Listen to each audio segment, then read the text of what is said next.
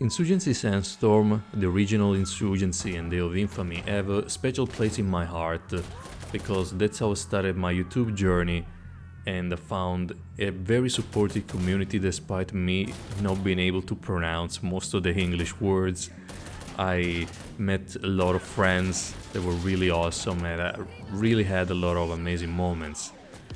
And I know now that the dev team has been guided or moved to different projects, and many of the original devs left. But still, I'm happy to see the game still running with an active community. Still funny to charge the objective with teammates screaming random things on the mic. The strong point about Insurgency Sandstorm is that it's something between a military simulator and a casual shooter.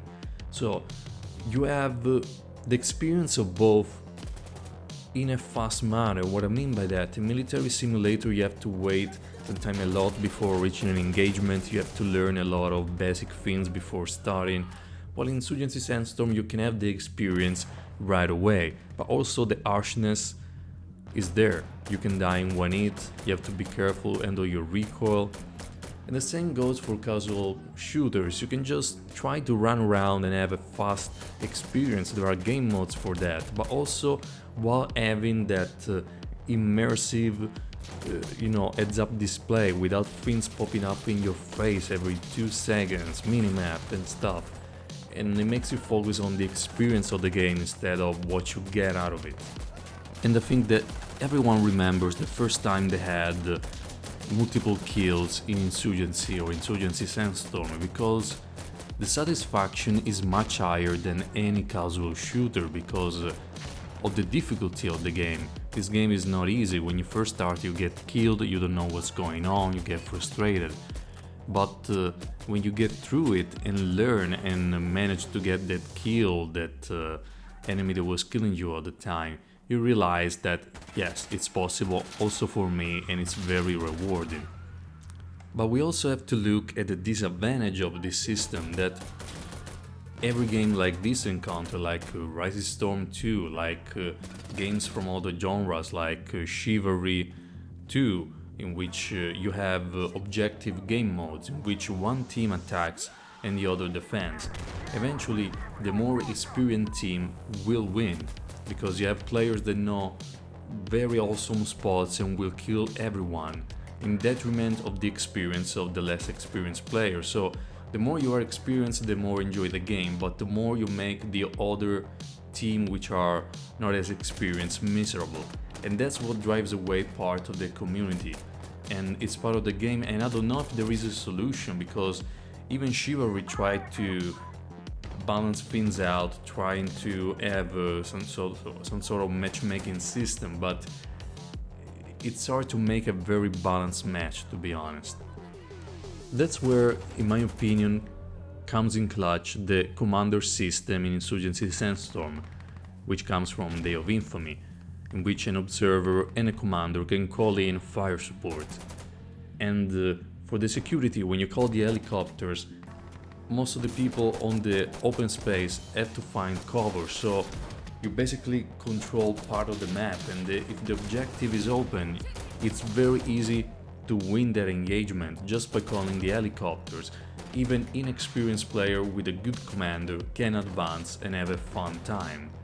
And that's, in my opinion, what makes Insurgency Sandstorm great in that department over other games. You can have a good experience if you have a good commander, one person that is doing the right job. Same for Rising Storm 2. But the gripe is the insurgents don't have a really good fire support. They have some cool features like the drones coming in buildings and the gas, but it's very easy to counter and to predict. So you can have the good experience only when you are on the security side. And I remember, complaining a bit about it years ago, that the commander system is unbalanced and the insurgents need something to have, a good chance despite the team not being able to push. And if you want to play more relaxed, you can play the co-op game with your friends, with random people, fighting AIs, which is still challenging, but less, stressing than PvP. And in my opinion, if Insurgency Sandstorm had a better start or more time to develop the game, understand the engine, the game would have been a bigger success than it is, because if it's still alive, it's still in a way a success.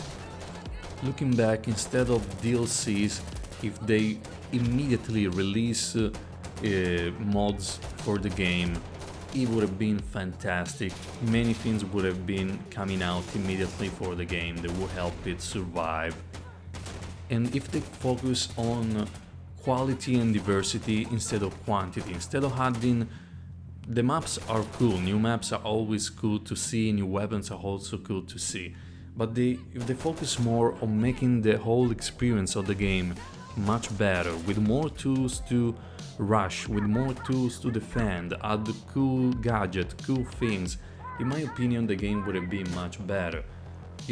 Something like this, it's the car. In some maps you can rush with the car and have some funny moments, but it doesn't need to be the car. Some tools, some new types of grenades.